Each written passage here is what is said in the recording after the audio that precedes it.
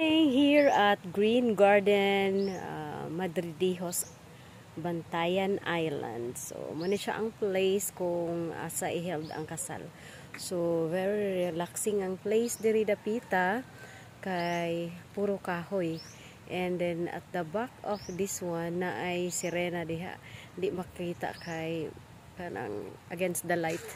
So, kana siya. So, muna siya ang place muna siya ang place nga kanang i-held kung asa i-held ang kasal. So nindot kaayo siya. So watch me padung ta didto sa kuan sa venue sa kung asa ang ilahang kasal. So kung makakita ninyo puro jud siya green. So muna siya ang palibot, no? Nice kaayo ang iyahang palibot diri dapita. Nice kaayo kana nice. Muna siya ang mga kilid.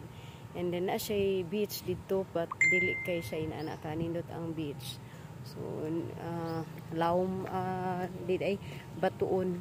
So wala siya, dili siya pang beach kuan gyud, pang venue lang gyud siya sa kasal. So muna siya tan-awa akong naa sa likod kana muna siya nindot jud siya actually ang place kay mingaw unya.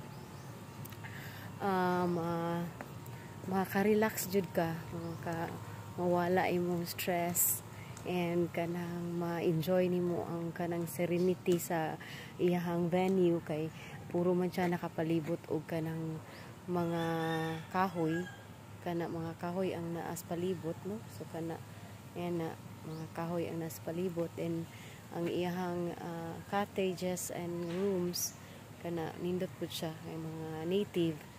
So at the same time kanang kuan basta mingaw nindot jud siya diri stayhan kung ganahan ka og kanang pang relax ra nga view ba. So kana mo nay nindot jud kanang makakuan ka relax imong mind. So naapoy diri mga serena. So kana mga serena na siya. Serena, daghang serena diri nga mga designs. So muna siya, and muna siya ang iyahang kuan o kana siya mga tent nila, mga kahoy, daghan jud kayong kahoy ang ilahang lugar, and muna siya ang ilahang function. So muna siya lang function, nice function, muna ilang function diri. So diri i-held unya ang kasal. Ang reception I mean. So muna siya, start na sila decorate kana start na sila og decorate ang mga kuan, and muna siya ang ilahang dami guest stay ay kana nga room dami guest stay. Muna siya ilahang kuan. Moni diri ang venue, ang entrance. So nice kaayo ang entrance.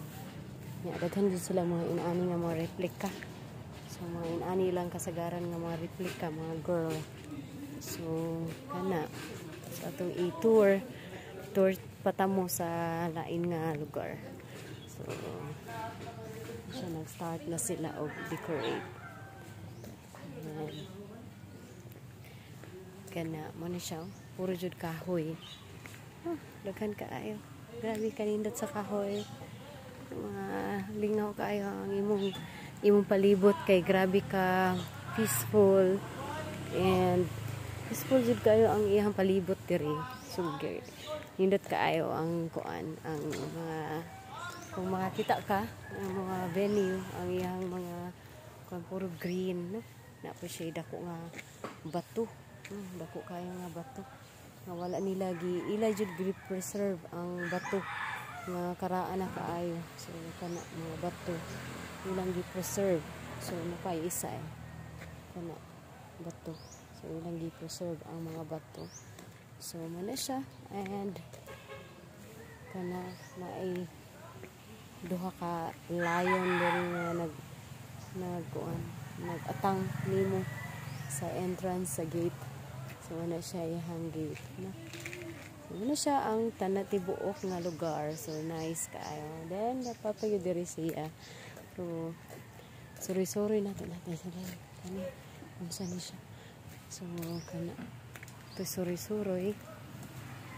Kana. Muna ilahang another gate and there isa ang main entrance yun. So, kana. Nice kaayo. No? So, here I come. Uli na tabalik.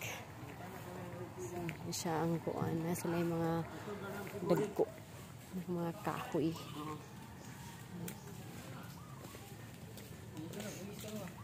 Napuntay ka diri, pwede sa diri, landong na ay guns. Pwede lingkuran. Pwede ka magtambay-tambay. And napoy bench dito. Pwede po nimo tambay-tambayan. So, ano siya? So, hindot kaayo ang diri nga lugar. Mingaw, maka-relax ka. So, that's it. Thank you for watching.